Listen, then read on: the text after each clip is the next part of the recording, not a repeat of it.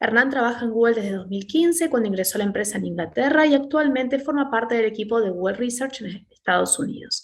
Allí se dedica a desarrollar nuevos productos basados en Machine Learning. Previamente, Hernán fue parte de Wolfram Research, donde trabajó principalmente en el desarrollo de Wolfram Alpha y en componentes de Matemática 11. Anteriormente fue uno de los fundadores y directores de la Asociación de Desarrolladores de Videojuegos de Argentina y creó una de las primeras empresas desarrolladoras de videojuegos del país, Moraldo Games. Bienvenido, Hernán, cuando quieras. Muchas gracias. Muchas gracias por la presentación y muchas gracias a los organizadores y organizadoras por la invitación. Como dijeron, voy a estar hablando sobre un proyecto que desarrollamos en Google Research de entrenamiento de agentes para el desarrollo de videojuegos. Y en realidad, además de eso, voy a estar, esta presentación va a estar dividida en dos temas. ¿La slide no está cambiando? Va a estar dividida en dos. Disculpen, ¿ven correctamente la siguiente slide? Estamos viendo la agenda. Perfecto. Sí, hay un perfecto. poquito de delay entre lo que es que se ve aquí en Zoom y en YouTube, pero no. Ok, porque estaba viendo el cast en otro lado. Ok. Bueno, lo que voy a presentar son dos grandes temas. Uno es este proyecto en particular que desarrollamos nosotros, llamado Falcon, el cual es open source. Hay también un blog post publicado en el blog de Google AI, así que hay más información de la que voy a presentar también disponible. Y en segundo lugar, dado que este proyecto es un proyecto no es un proyecto de investigación pura, sino de investigación aplicada al desarrollo de un producto en particular de software, y como también trabajé y junto con algunos de los mismos miembros del equipo, incluso en proyectos similares, que son de aplicación de desarrollo de investigación a productos, voy a contar un poco algunas cosas que fui aprendiendo sobre eso, quizás con un punto de vista un poco más personal, pero que creo que puede ser útil. Esa segunda parte va a ser un poco más breve y quizás son algunos pensamientos preliminares sobre ese tema. Entonces, bueno, vamos a hablar sobre Falcon. El Falcon, bueno, como decía, es este proyecto de entrenamiento de agentes para la industria de los videojuegos, y vamos a empezar entonces describiendo un poco cuál es el problema que queremos atacar. Lo que sucede con la industria de los videojuegos es que en las últimas varias décadas fue teniendo un crecimiento extraordinario en cuanto a la complejidad de los juegos que se desarrollan.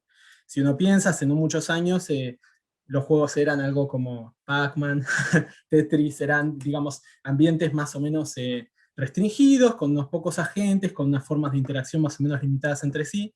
Hoy día los juegos son, en muchos casos, involucran ciudades enteras con miles, quizás cientos de miles de agentes que interactúan de alguna forma entre sí, lo cual tiene un crecimiento exponencial en la complejidad, porque todas esas interacciones pueden disparar un montón de bugs qué sé yo, lo que haces en una zona de una ciudad puede tener un impacto tremendo en otro lugar muy lejano a esa ciudad. Entonces la prueba de ese tipo de juegos es muy compleja, y además hay otras características de los juegos que fueron evolucionando y se fueron volviendo cada vez más complejos. Una de esas es que los juegos solían ser algo que vos desarrollabas, y un día lo lanzabas al público en un CD o en un disquete o en lo que fuera, y no lo tocabas más, no requería un mantenimiento continuo. Ahora la mayoría de los juegos, o por lo menos muchos juegos, son de servicios online que requieren un mantenimiento diario, que tienen comunidades que siguen trabajando día a día, les seguís agregando día a día contenido, etc.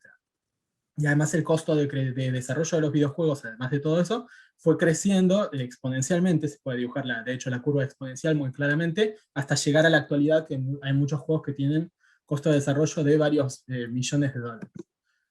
A esto se agrega que el desarrollo de los juegos en sí fue evolucionando también en complejidad. Los equipos de desarrollo involucran ahora muchas veces cientos de desarrolladores, y esos cientos de desarrolladores están agregando reglas nuevas al juego, o están agregando contenido nuevo, están agregando un montón de cosas que cada elemento que vos agregás al juego tiene una interacción con los demás y le agrega mayor complejidad al juego. Pero incluso en juegos que son sencillos, que son relativamente sencillos o que tienen una escala menor, como juegos indie o juegos de equipos más pequeños, se usa mucho, por ejemplo, el desarrollo de la generación de contenido procedural, lo cual implica que de todos modos generas una gran cantidad y variedad de contenido.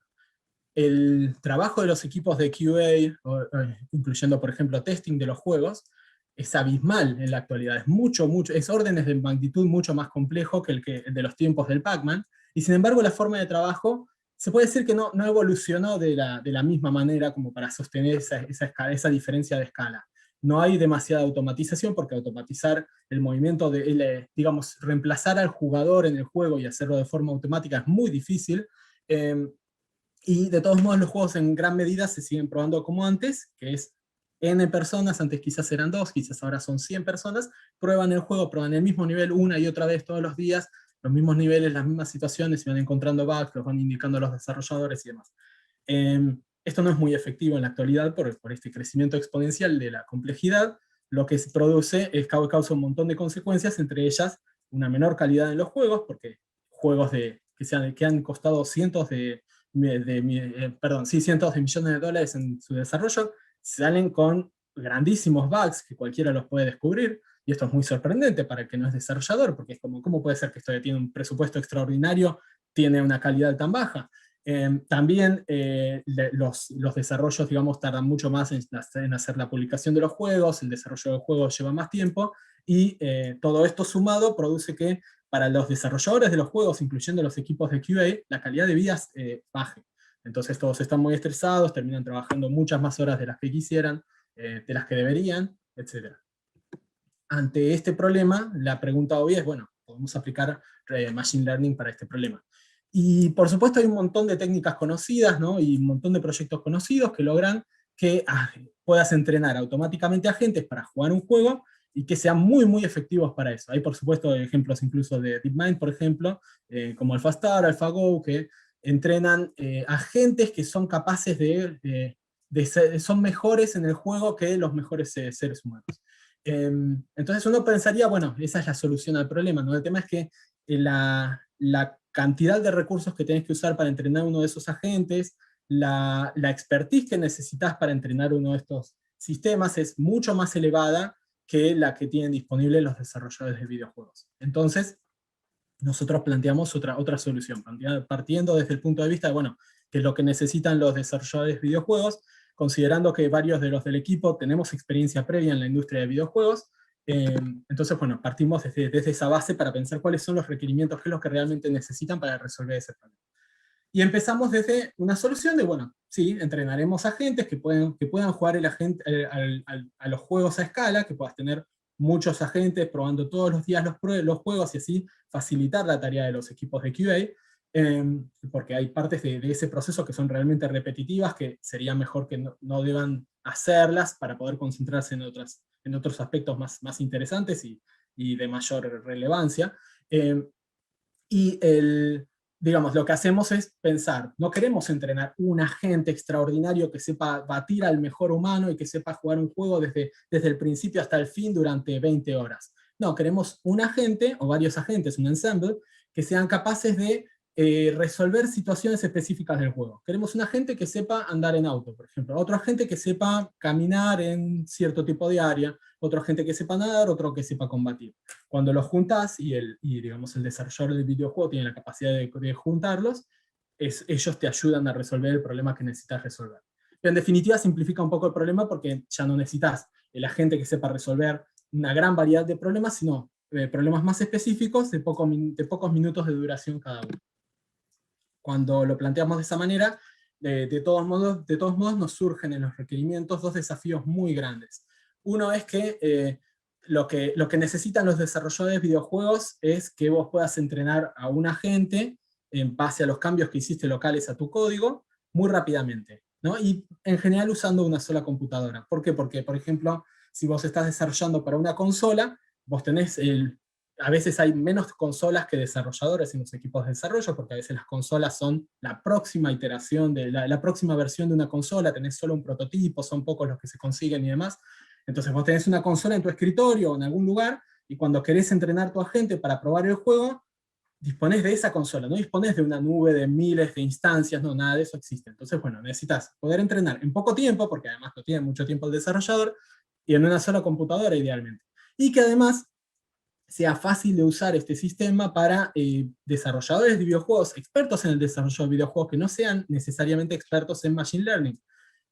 Cuando cualquiera de estos dos requerimientos es sumamente limitante. Combinados son terribles, porque tenemos que pensar, bueno, resolver un problema que es sumamente complicado, el del primer ítem, y además resolverlo de una forma que sea sencilla para el usuario. A esto se agregan un par de requerimientos que podemos decir que nos juegan a favor. El segundo es interesante, es que normalmente en el mundo académico, cuando entrenás, por ejemplo, agentes para Reinforcement Learning, lo que haces es entrenar usando solo los píxeles, por ejemplo. Hay varios motivos por el cual hacen eso. Hace más fácil que puedas comparar los resultados de distintas publicaciones entre sí, ¿no? Que tengas una baseline más o menos estable, pero nosotros no necesitamos eso. El usuario tiene acceso al código fuente de su juego, puede perfectamente acceder al estado interno del juego, por ejemplo, a las posiciones de las entidades en el mundo del juego. Además hay otro requerimiento un poco más sutil, que nos juega a favor, que es que aunque nosotros tenemos esa limitación de que posiblemente el desarrollador del juego solo disponga de una máquina en la que correr el juego durante un tiempo limitado, durante el entrenamiento, podemos disponer básicamente de ilimitado poder de cómputo en lo que es el entrenamiento de los modelos. Entonces podemos separar los requerimientos de hardware de lo que es entrenamiento, y decir, ahí no tenemos ningún problema, podemos usar todo lo que haga falta, TPU, GPU, lo que sea, y del otro lado, para el correr el juego en sí, bueno, quizás es una sola instancia. Pueden ser más, pero en principio queremos eso. Entonces lo que desarrollamos, esta forma de, este desarrollo, que es una forma de aplicación de investigación, en estos temas de agentes, se llama Falcon, presenta una API orientada a los desarrolladores de videojuegos, no orientada a los expertos en Machine Learning. Presenta una forma de entrenamiento de los agentes que es interactiva y en tiempo real, ya voy a explicar cómo funciona eso, y está apuntada no a que sepa resolver un tipo de juego muy específico, sino una gran variedad, no todos, porque nos concentramos en algunos, hay unos requerimientos específicos, pero nos concentramos en principio en juegos que tengan un único avatar, por ejemplo, y que más o menos o quizás son varios, pero vos como jugador manejás a uno solo, en general. Si juegan varias personas, cada uno maneja uno, no como en un juego de estrategia en el cual quizás una persona maneja cientos de unidades. Más o menos con esos requerimientos tenés igual una gran diversidad de juegos de carreras, como los que se ven abajo, que son prototipos incluidos en el release open source, juegos tipo de FPS, de combate, etc. Acá vemos a la derecha, vemos un ejemplo de uno de estos agentes, que ha aprendido a resolver la situación de un mapa en particular, en la cual debe navegar sobre este mapa, debe resolver el problema de enfrentarse a ciertos enemigos, y finalmente llegar a una meta. Esto se entrena usando Falcon. En particular no lo entrené yo así que no sabría decir con exactitud, pero estamos siempre hablando en el orden de unos pocos minutos a quizás media hora o algo así. No me sorprendería que lo hayan entrenado en algo así como 10 minutos, pero no lo puedo asegurar. Y como para plantear, como para dar un framework al resto de la conversación, la forma en que el usuario interactúa con nuestro sistema es: primero el usuario usa una biblioteca que tenemos nosotros, que es la API, la linkea con su juego, luego usa el juego y maneja juega el juego para mostrarle a la gente cómo es que lo juega el humano, cómo lo juega la persona. El agente aprende a jugar como la persona, a imitarlo, y a partir de eso, bueno, ya obtenés, un agente que más o menos sabe resolver la situación.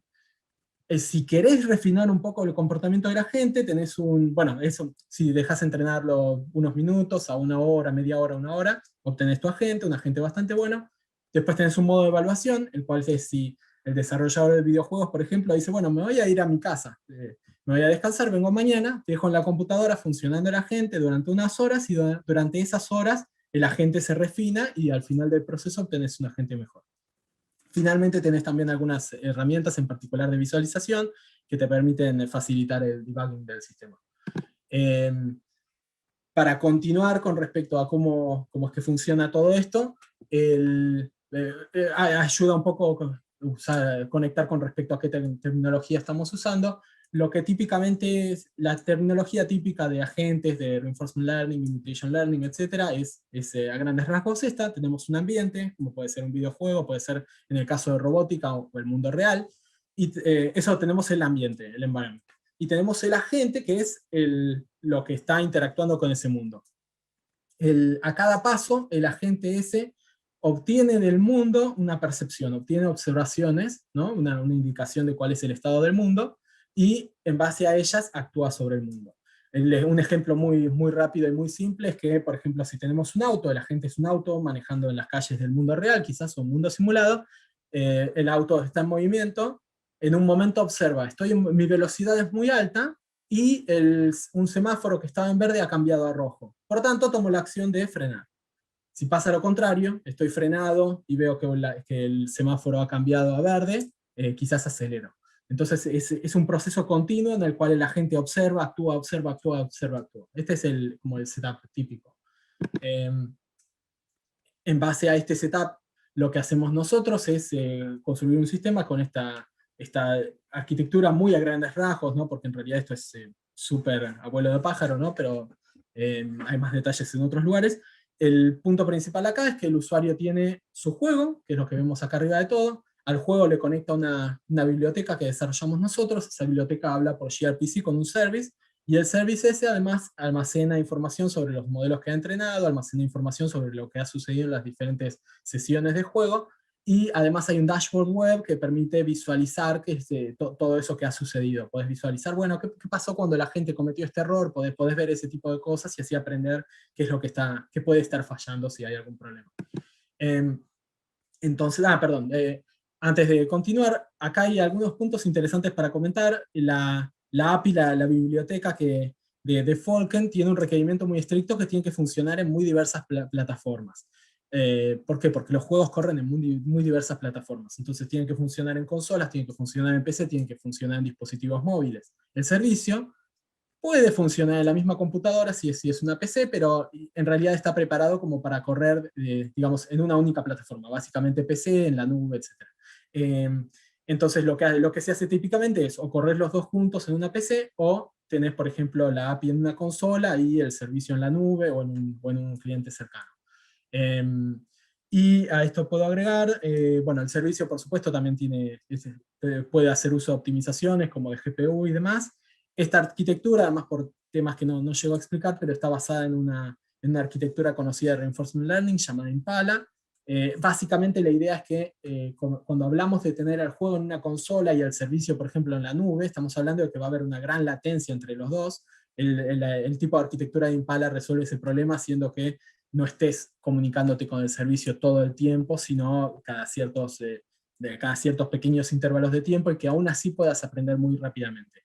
Hay un detalle también más con respecto a cierta inversión de control que se produce, digamos, típicamente en el mundo académico, cuando estamos hablando de Reinforcement Learning, o en general, digamos, distintos tipos de agentes, sucede que la gente tiene control sobre el tick del juego. La gente dice, quiero actuar, decime qué hago, decime qué puedo observar, actúo. Cuando quiere, la gente de nuevo dice eso. Es muy difícil pedirle eso al desarrollador, decirle a nuestros usuarios, modifiquen su juego que yo voy a tener control del tick. No, nunca lo van a hacer. Entonces lo que hacemos es hacer exactamente lo contrario. Esto es una inversión de control un poco extraña, pero funciona muy bien para estos propósitos.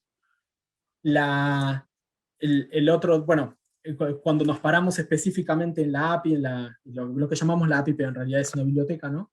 De nuevo, el foco, digamos, esa es la única interfaz del usuario con nuestro sistema, excepto el dashboard, y en esa interfaz apuntamos a que todo use conceptos muy fáciles de entender para el desarrollador de videojuegos. Nos alejamos de algunos conceptos de Machine Learning que quizás se confundirían con otros de desarrollo, de juegos, etc. Pero sobre todo, creo que lo más importante que hace este nivel de abstracción es que hay un problema típico en lo que es entrenamiento de agentes, y es que los agentes son muy sensitivos, muy sensibles a cosas como hiperparámetros, pero también a la forma en que vos representás las observaciones y las acciones. En Reinforcement Learning a veces no se nota porque operás a tan gran escala, con a veces millones de horas de juego y cosas así, que bueno, que eso es un problema como que se resuelve solo ante esa cantidad de datos. En este sistema que trabajamos en un régimen de menor cantidad de datos, eso es un problema muy grave, y nos genera, digamos, la obligación, digamos, normalmente nos generaría la obligación de decirle al usuario, tenés que seguir esta guía de 100 tips sobre cómo representar las observaciones y acciones para usar nuestro sistema. Nadie usaría nuestro sistema si dijéramos eso. Entonces lo que hacemos es permitir que el usuario represente las entidades del juego, las diferentes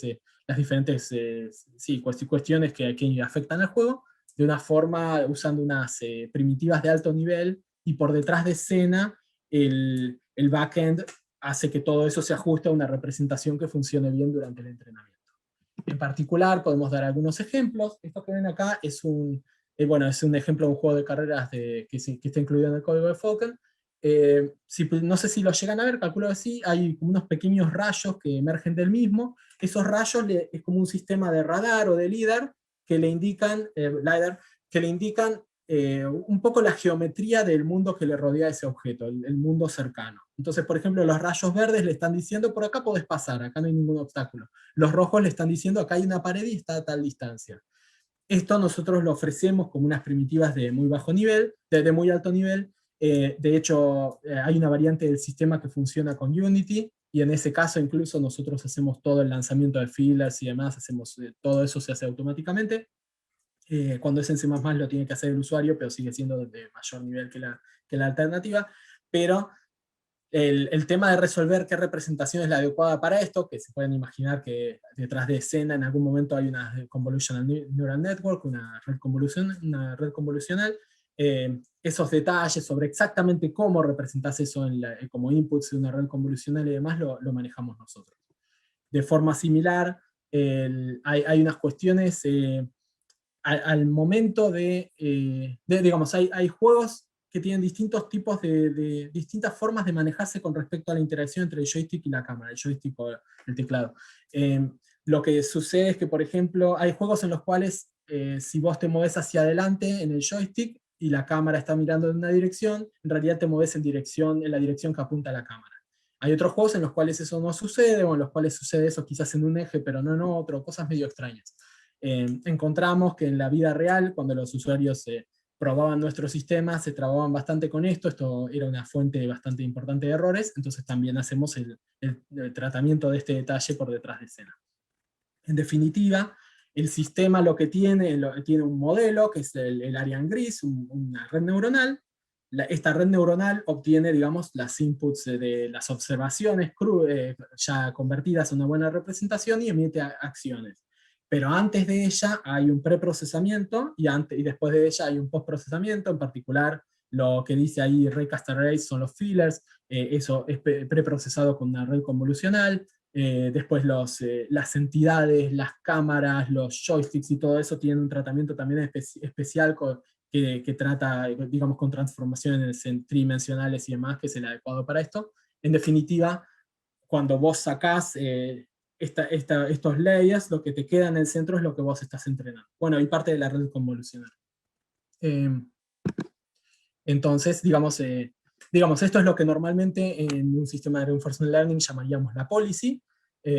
Nosotros le llamamos brains, cerebros en el contexto de esto, por una cuestión de claridad para los usuarios, pero es esencialmente una policy, y lo que vos estás entrenando es lo que está en el medio. ¿Cómo lo entrenamos? Lo que hacemos nosotros es usar una imitation learning, en particular behavioral cloning, que básicamente se puede ilustrar de esta manera.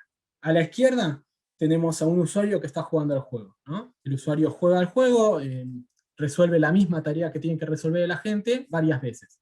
En algún momento suelta el control y dice, ahora entrena.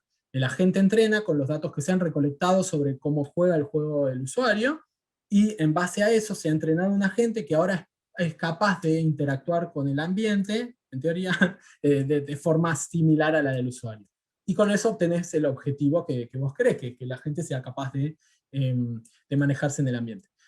Algo que sucede con esta forma particular de imitation learning es que requiere bastante, digamos, si vos estás del lado izquierdo, ¿no? Estás jugando el juego, estás interactuando con el mismo, ¿cómo sabes cuándo es momento de detenerte? ¿No? Quizás lo probás 5 minutos y quizás necesito 10, 15. Entonces en la práctica, como uno no sabe, lo que suele pasar es que uno suele dedicar mucho más tiempo que el necesario a eso, y a veces incluso se da cuenta después al pasar al lado derecho que la gente no hace exactamente lo que uno quería, que hubo un detalle que uno se olvidó, nunca le mostré qué hacer en esta situación cuando me presento con cierto tipo de enemigo, nunca lo vio, ahora no sabe. Tenés un problema, tenés que empezar de nuevo. Por tanto, termina siendo un uso muy ineficiente de un recurso muy importante, que es el tiempo del usuario.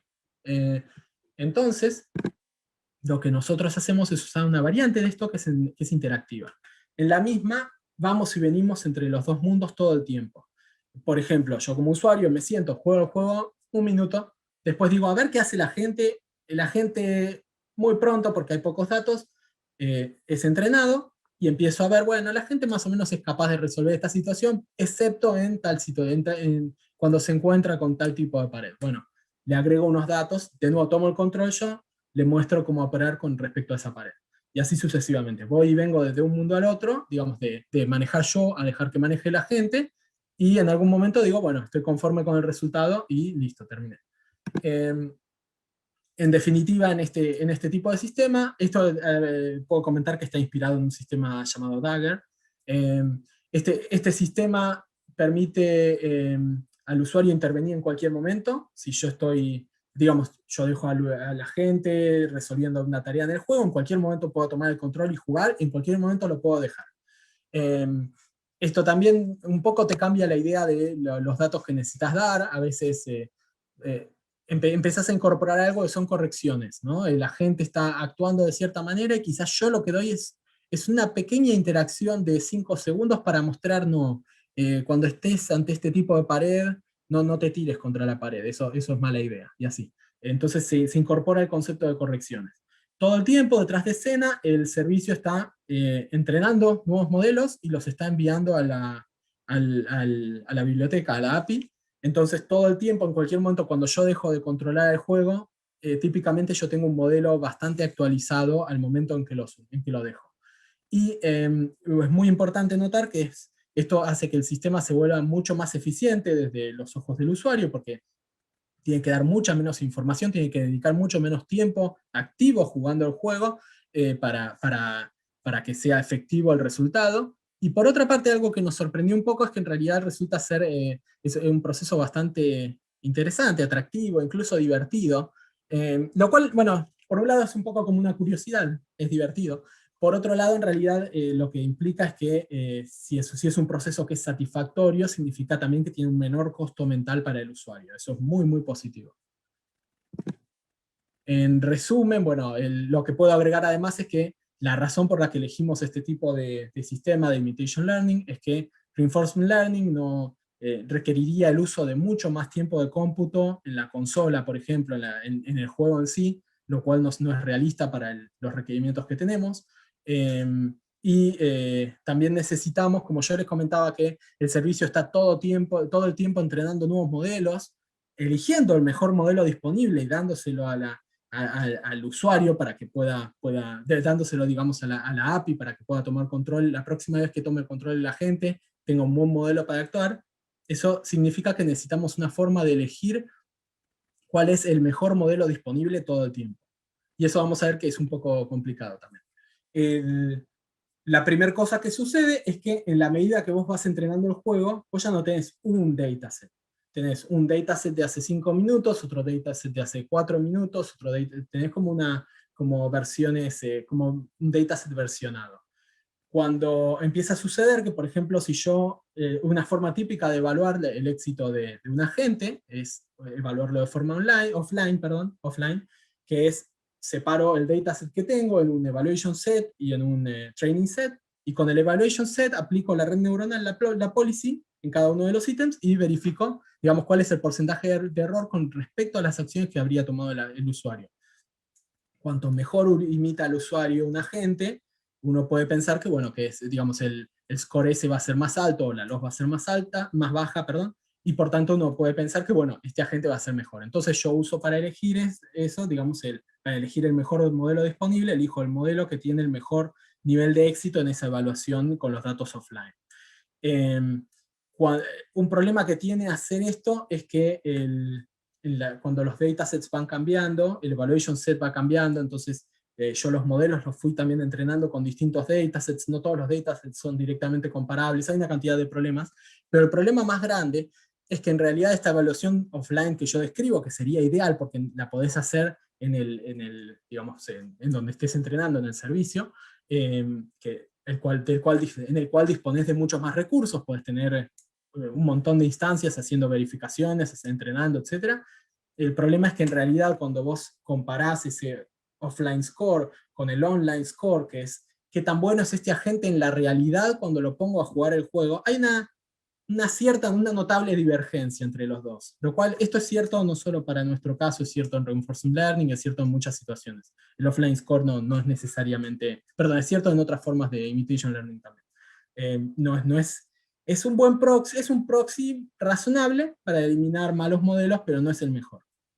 Entonces, lo que hacemos es además incorporar este modelo de evaluación final, en el cual permitimos que uno diga, bueno, ahora la gente puede jugar al juego durante horas si hace falta, y así vamos a elegir exactamente el modelo que funciona mejor.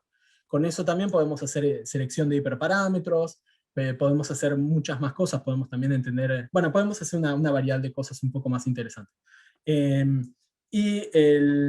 Bueno, acá surge un problema, que es cómo hacemos exactamente esto, ¿no? Porque si yo tengo, no sé, 20 modelos para comparar, y para cada uno, si quiero estar seguro si funciona bien o no, lo quiero probar en 10 episodios o 20 episodios, quizás ya estoy hablando de correr 400 episodios puede llevar bastante tiempo correr, porque lo estás corriendo muchas veces en tiempo real, porque a veces no puedes acelerar el tiempo de juego según el juego, sin afectar la performance de los agentes, porque distintos juegos tienen distintos requerimientos. Entonces surge el problema de si vos vas a hacerlo por fuerza bruta no va a funcionar bien. Lo que proponemos ahí, en cambio, es utilizando un razonamiento basado en estadística, básicamente, elegir los modelos que dan una mayor confianza de que te van a dar de que van a tener mayor nivel de éxito. Y así, si tenés disponible un tiempo para probar 20 episodios, no probás 20 modelos, probás unos pocos modelos, pero los probás bien de forma de maximizar eso. También puedo agregar un par de cosas. Nosotros estamos, digamos, al desarrollar esto, tenemos, digamos, esto es como lo que conté hasta ahora, es como el núcleo del sistema. A eso hay que agregarle, tenemos una infraestructura de experimentación a gran escala. No voy a tener mucho tiempo para adentrarme en esto, pero lamentablemente no es open source, pero nos permite verificar una cantidad de cosas, haciendo miles de experimentos uno detrás del otro y demás, para lo cual el sistema no está preparado, pero con esta herramienta sí. Del mismo modo, contamos con este dashboard de visualización. Este sí es parte de la publicación open source, y lo que permite es ver el mundo desde los ojos de la gente. Entonces, por ejemplo, vos podés decir, bueno, estoy notando que la gente en muchas situaciones se traba en las paredes. ¿Por qué hace eso? Lo que puedo hacer es mirar las demos que ha dado el usuario, esencialmente el training set, y encontrar, por ejemplo, una causa típica de este problema es que tenés objetos en el mundo real que la gente observa como paredes, pero que no son paredes para el usuario. Entonces el usuario alegremente va y cruza esos objetos, y el agente aprende, bueno, cuando vea uno de esos objetos que parece una pared, voy a ir hacia ese objeto. Es muy difícil hacer este tipo de debugging sin tener la herramienta que lo facilite. Entonces, nuevamente, bueno, esta es como la forma principal en la cual se utiliza el sistema, y contamos un poco de todos estos distintos aspectos. Si quieren más información, hay un poco más en el blog post de Google. Esto es como una presentación muy breve sobre lo que hicimos en este proyecto. Hay un poco más de detalles en el blog de Google AI. La versión open source incluye grandes elementos de lo que hicimos, es perfectamente funcional, pueden usarla para sus juegos y demás. Y en particular también va a haber una presentación dentro de poco, en noviembre, de mi colega Gina, que va a estar hablando sobre que va a adentrar un poquito más en algunos detalles técnicos que yo pasé un poco más por arriba. Dicho esto sobre Falken, podemos hablar un poco más sobre lo que fuimos, sobre algunas cosas que creo que aplican, digamos que fueron útiles para este proyecto, con respecto a cómo se aplica la investigación aplicada en crear un producto, y que, digamos, hay muchas de esas lecciones que son en realidad útiles solo en el contexto de una corporación como Google. Yo traté de, en particular, filtrar aquellas que creo que generalizan bien a otras situaciones, como si estás en una startup, si estás en un ambiente académico, pero querés generar una conexión con la industria, etc. Digamos que se salgan un poco del circuito en el cual se hizo Falken. Entonces, voy a hablar un poco brevemente sobre este tema. La primera cosa que digamos, siempre se habla. Lo primero que necesitas hacer es construir un buen equipo, es una gran trivialidad a esta altura. Puedo agregar a eso que hay como dos grandes escuelas sobre eso, ¿no? Hay una escuela que es básicamente contrato a clones intelectualmente o en cuanto a habilidades míos, ¿no? Tengo un montón de personas que tienen más o menos mis mismas habilidades, y entre todos a gran velocidad desarrollamos algo que es como lo que haría yo si fuéramos 5 yo. Esa es una escuela, es un poco vieja a esta altura. Lo que nosotros hacemos, y que creo que es más efectivo en estas circunstancias, y que es además un poco es positivo en términos de inclusividad también y otras cuestiones, es construir equipos que tengan skills complementarios, habilidades complementarias. Esto pueden encontrar algunas desventajas de esto, en el sentido de que en la toma de decisiones, en las reuniones, van a encontrar que se genera mucha más fricción, porque los puntos de vista no coinciden tanto, la gente no habla necesariamente el mismo lenguaje, se genera un fenómeno bastante interesante, pero en general las decisiones que se toman al final van a ser mucho más certeras, digamos.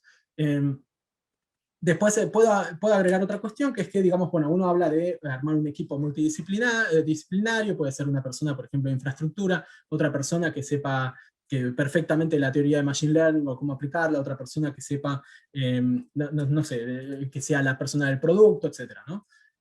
Otra persona para QA o lo que sea. Algunos de estos roles a veces encontramos que funcionan mejor como advisors, como consejeros quizás, que como, digamos, como personas que participan de forma diaria, involucrada de forma diaria en el proyecto. En particular nosotros en estos proyectos muchas veces contamos con grandes expertos de los temas en los que estamos trabajando, a veces los principales expertos, y no les podemos pedir que estén trabajando en este proyecto todos los días, todas las horas. De hecho no sería un buen uso de su tiempo, pero a veces con tenerlos disponibles una sola hora por semana en una reunión, quizás en la reunión del equipo, que estén ahí casi como oyentes, ¿no? Eso genera un inmenso valor, porque estas personas lo que te terminan aportando es el consejo de, no, esto que estás por hacer es un error, o esto que quieren hacer resulta que la semana pasada salió el paper que resuelve este problema, etc. Entonces, abrirse mentalmente a la idea de tener este tipo de roles, contar con personas en este tipo de roles, que no sean tanto con las manos en la operación, es muy efectivo. Y desde un punto de vista personal, digamos, es muy efectivo tener personas también que sepan superar esas barreras de lenguaje entre las distintas disciplinas que les comentaba, porque si no lo que sucede es que se arman como islas, es como está el grupo de gente que sabe mucho sobre infraestructura, está la gente que sabe mucho sobre los aspectos más de investigación, y hay una tensión inmensa y todos piensan que el otro está haciendo algo equivocado y demás. Muchas veces eso surge por diferencias de lenguaje, diferencias de los incentivos, a veces bajo los que operan, tener en el equipo personas que sepan construir puentes entre esas islas es muy positivo, y además a nivel personal es muy satisfactorio si pueden estar en un rol similar, y también puede ser retribuido, les da un montón de valor para el equipo. Esto es un poco quizás lo más sencillo de lo que iba a comentar. Creo que algo importante es si uno piensa cómo se construyó un negocio hace muchos años, ¿no?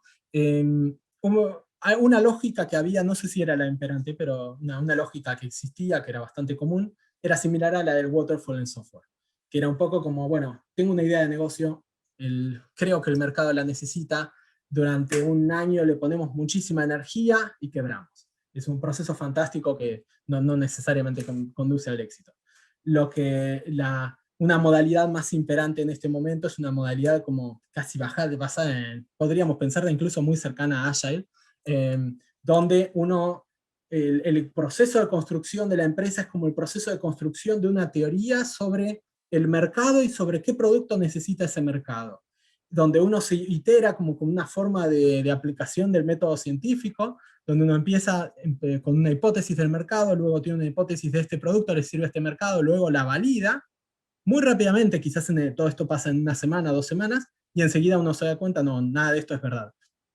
Pero en la medida que uno repite ese ciclo, cada vez está más cerca de la realidad, y para el momento en el que uno llega a una buena hipótesis sobre sobre este núcleo del negocio que estoy explicando, tiene, digamos, básicamente al negocio funcionando o a punto de funcionar. Es de un inmenso valor llegar al fin de ese ciclo. En realidad nunca se termina, pero digamos así.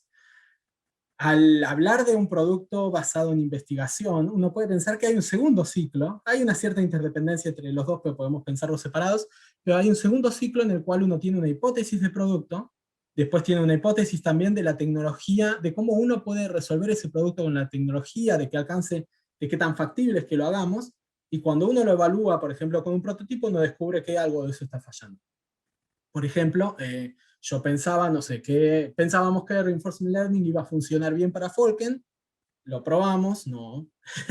Entonces pasamos a otra cosa, digamos, no al menos puramente Reinforcement Learning, pero digamos, necesitas repetir este ciclo muchas veces, y también notar la tensión existente entre los dos ciclos, que es muy importante, que es que, digamos, es como un proceso coevolutivo donde el producto es algo que vos estás definiendo en el otro ciclo, entonces es muy importante mantener un balance entre el ir y venir entre los dos ciclos. Es como algo que tenés que tener permanentemente en la cabeza. Al momento de construir el producto, lo que puedo comentar, que es algo que aplicamos mucho en particular en Falken y que creo que vale la pena compartir, es que si uno piensa, digamos, uno puede pensar que que existe como un budget, un presupuesto del riesgo que podés tomar como empresa, ¿no? En una empresa tradicional, quizás si yo voy a hacer, no sé, un negocio como existe en Mil, no hay mucho riesgo, ¿no? Quizás hay una cantidad de riesgo, pero es menor que si yo voy a hacer un negocio basado en un producto nuevo para un mercado ya existente. Cuando yo además le sumo un riesgo con respecto a la tecnología, ¿realmente será factible hacer esto con esta tecnología? Ya estoy básicamente en los límites del riesgo que es aceptable para un negocio. Entonces, en esta situación, y no solo en esta situación, pero en esta situación es muy justificado tratar de simplificar todo al máximo, porque operás en una situación en la cual cualquier movimiento que hagas erróneo te puede salir de lo que es factible hacer para vos como negocio. Por tanto, simplificar la arquitectura, simplificar la tecnología con la que estás trabajando, simplificar sobre todo la experiencia del usuario, en el sentido de que, y esto además lo menciono en el contexto anterior, porque en realidad es simplificar la experiencia del usuario, la forma en que el usuario opera con nuestro sistema, en general se simplifica también la tecnología, la arquitectura, etc. Pero para nosotros, por ejemplo, sirvió mucho tener en la cabeza un target, un objetivo de nuestro usuario tiene que ser capaz de venir un día sin saber nada sobre nosotros y usar el sistema de forma efectiva para entrenar a un agente en tanto tiempo. Usar el sistema para entrenar a un agente que haga algo un poco más complejo en tanto más tiempo y demás. Cuando lo poníamos en esos parámetros nos dábamos cuenta enseguida, no llegamos, porque se lo damos a un usuario y le lleva mucho más tiempo que el que pensamos, o capaz que es imposible para el usuario resolver el problema. Entonces ahí tenemos inmediatamente algo que sabemos que con lo que tenemos que trabajar.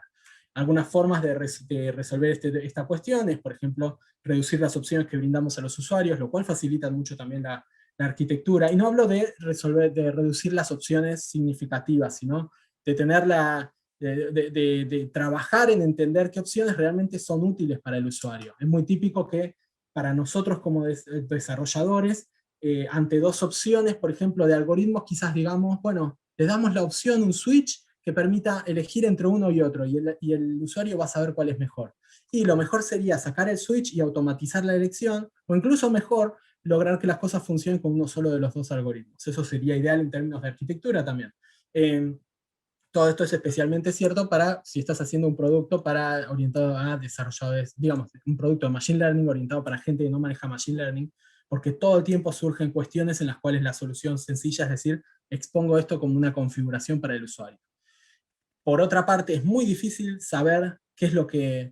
digamos, todo esto requiere tener un buen modelo mental del usuario, y es muy difícil tener ese modelo va evolucionando, es muy importante tener un buen modelo, un modelo muy efectivo, pero digamos, lo que necesitas es alimentar ese modelo basado en la experiencia real. Necesitas realmente hablar con los usuarios, necesitas mostrarle prototipos, mostrarle el producto funcionando, y trabajar mucho en eso, y no quedarte solo, porque en algún momento todo el tiempo las cosas te conducen a que tengas un mal modelo, un modelo erróneo sobre quién es el usuario o la usuaria, y eso conduce a a un lugar terrible. Digamos, eso conduce básicamente a que fracases.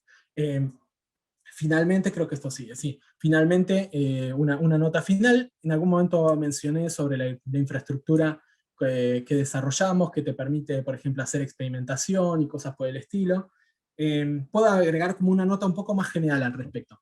Mientras estás construyendo un producto basado en este tipo de innovación, todo el tiempo hay una tensión entre estoy prototipando o estoy construyendo el producto, ¿no? Y en algún momento dejas de prototipar y estás construyendo efectivamente el producto. Entonces empieza a haber una tensión muy fuerte con respecto a, es un producto, es un sistema de producción, es un sistema estable, es un sistema, idealmente sí, pero en general todo eso trae aparejado que hay una gran pérdida en la flexibilidad. Entonces ya no podés experimentar con tanta facilidad como antes, ya no podés hacer un montón de cosas, y eso rompe el ciclo del que hablaba anteriormente, ¿no? Porque en realidad lo que vos necesitas para sobrevivir como empresa o como proyecto innovador es operar sobre ese ciclo muy rápidamente. Es decir, cuando vos mejorás como producto y tenés un sistema estable y demás, estás perjudicando muy tremendamente tus chances de éxito con respecto a este punto de vista. Entonces, bueno, hay un balance muy fuerte entre las dos cosas. Una solución que se presenta, que es de hecho la que nosotros usamos con el caso de la infraestructura, es que uno puede tener elementos de la infraestructura que no están expuestos al usuario y que permiten experimentación. Como esto que yo decía, bueno, tenemos una forma de nosotros secretamente o detrás de bambalinas correr miles de experimentos. El usuario no la tiene. El problema es cuando eso lleva a que el usuario esté en desventaja con respecto a uno cuando está emulando al usuario. Eso me lleva, porque es muy fácil para mí decir, sentir que la experiencia del usuario es mejor que lo que es porque yo estoy usando herramientas internas que el usuario no tiene. Entonces, bueno, es un peligro eso. Digamos, es un peligro que tenés que tener muy, muy en cuenta. Y en particular, una situación que se plantea es que a veces te encontrás dependiendo tanto de una herramienta interna, te encontrás que la estás usando para lo que normalmente haría el usuario, o la usuaria. En esa situación, posiblemente lo que quieras es exponer esa herramienta para la audiencia, digamos. Ese es el caso de nuestra herramienta de visualización. Empezó como algo interno, con lo cual operábamos nosotros, y notamos que era increíblemente útil, y dijimos, bueno, hagámoslo bien y expongámoslo a los usuarios. Bueno, esto es a grandes rasgos lo que quería contar con respecto a Falken y con respecto a cosas que fuimos aprendiendo de Falken, en un punto de vista más personal. Falken fue un trabajo de mucha gente, tenemos un core team, tenemos mucha gente que trabajó en roles de advisors, que trabajó en muy diversos roles, también pueden ver en GitHub también una cantidad de colaboradores. Y bueno, así que muchas gracias para todos ellos, y por supuesto muchas gracias a ustedes, y si tienen preguntas sobre el sistema o sobre lo que comenté, están más que bienvenidas. Genial, Hernán, muchas gracias por la charla. Sí tenemos algunas preguntas, así que si te parece vamos a pasar a ellas. Gracias. La primera que tenemos es, ¿cómo sabes si el problema del que mencionabas casi al principio de la charla está en el agente o en el environment? Sí, lo que pasa en nuestro caso es que nosotros, en cierto sentido, no tenemos control sobre el environment. Nosotros tenemos que asumir digamos, porque nosotros ¿qué hacemos? Hacemos una herramienta que facilita el proceso de testing o QA en juegos. Nosotros no podemos decirle al usuario, tu juego está mal. Nosotros lo que necesitamos es adaptarnos a esa situación. Entonces, lo que sí puede pasar que nuestra herramienta en algún tipo de juego no se adapte bien, puede pasar, a veces sucede, de hecho, es cierto que a veces el juego tiene un bug, y los agentes aprenden o encuentran esas situaciones, y de hecho es el propósito de la herramienta. Entonces está muy bueno si encontramos que, nos ha pasado de hecho, que los usuarios prueban la herramienta con sus juegos y se encuentran bugs, y bueno, es realmente lo que nosotros quisiéramos que pase. También es, bueno, en general los problemas igual son más de la integración, están en cómo estás representando las observaciones, las acciones, si cometiste algún error en cómo metiste la biblioteca en el juego, y ahí es donde la herramienta de visualización a veces ayuda un poco. Bien. Tenemos otra relacionada al Reinforcement Learning. En general, el Reinforcement Learning es complejo cuando la reward no es inmediata a la aplicación de la acción. ¿Su herramienta considera este tipo de casos? Sí, nosotros usamos en versiones previas usamos Reinforcement Learning. Usamos además en otros proyectos también.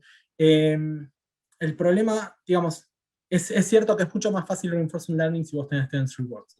El problema es que elegir bien los Dense Rewards es un problema muy difícil, que en general es, digamos, si nosotros lo delegamos al usuario, que lo intentamos, no funciona muy bien porque realmente terminás estando en esa posición en la cual le tenés que dar un montón de tips al usuario. Mira, cuando elijas el reward tenés que hacer esto y no aquello, y así. Y de hecho, si elegís suficientemente bien el reward, la operación de la gente es trivial. Entonces, existe en el límite, podés delegarle por completo el trabajo al usuario diciéndole, escribí un buen reward y yo no hago nada. Nosotros lo que hacemos en este caso es no estamos usando Reinforcement Learning, pero encontramos justamente que esa fue una de las causas también. Bien, y ahora tenemos algunas preguntas más orientadas a la segunda parte de la charla. La primera es, ¿cómo manejan las típicas discusiones cuando el negocio se quiere meter en el desarrollo del modelo? Qué interesante.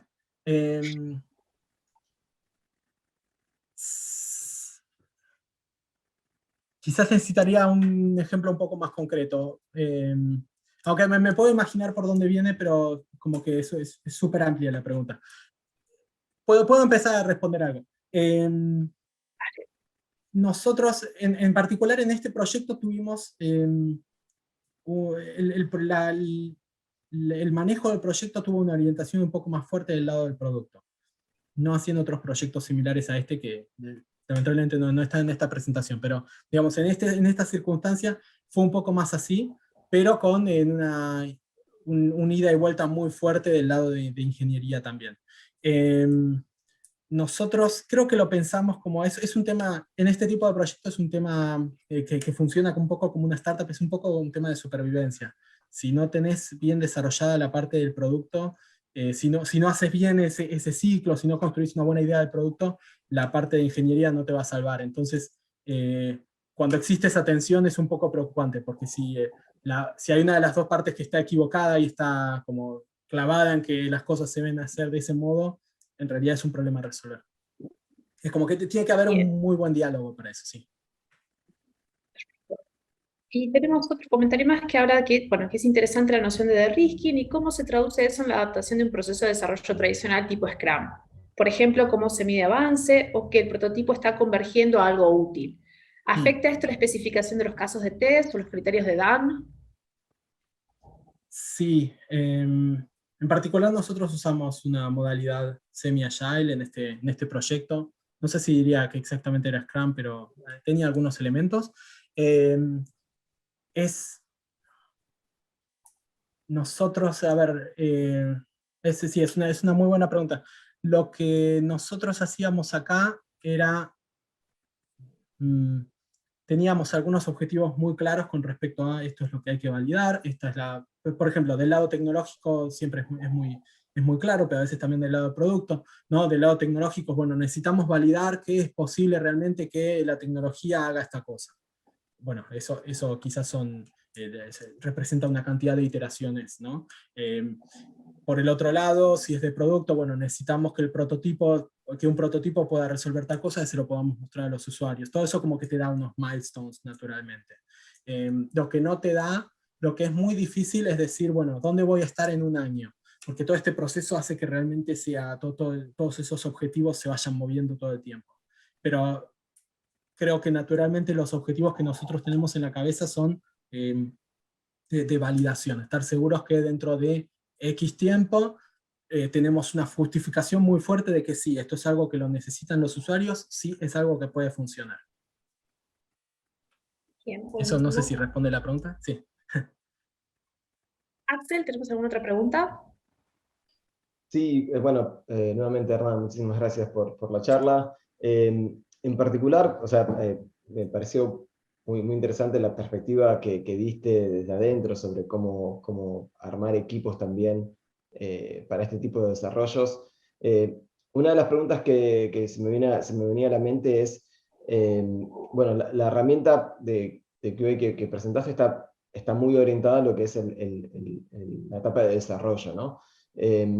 ¿Existe algo así como una especie de monitoreo para cuando, digamos, el juego ya está digamos, ya está lanzado, ¿no?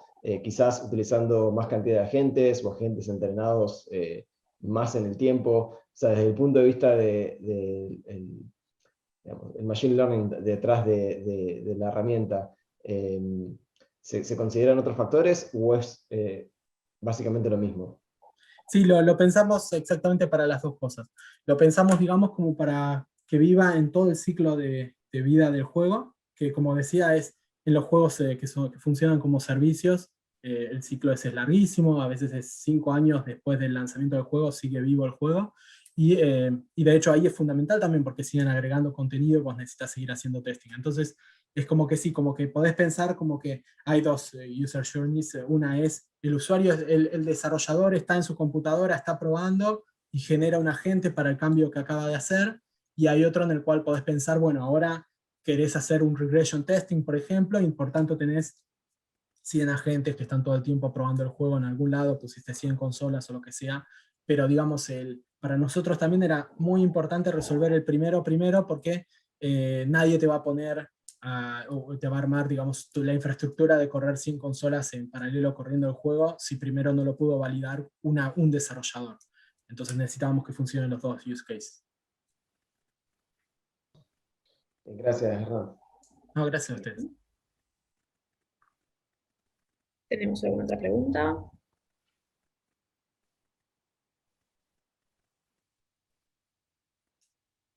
No veo.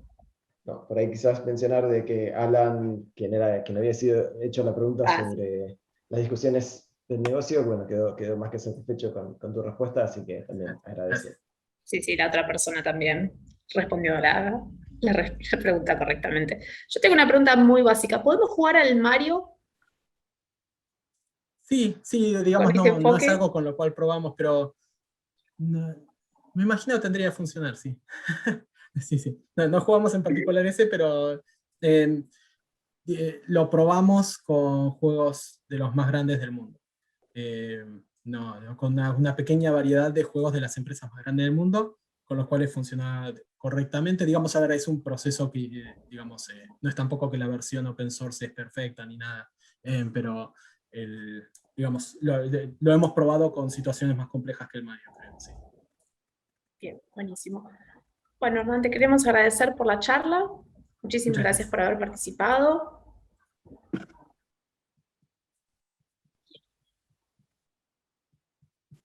Muchas gracias. Hasta la próxima.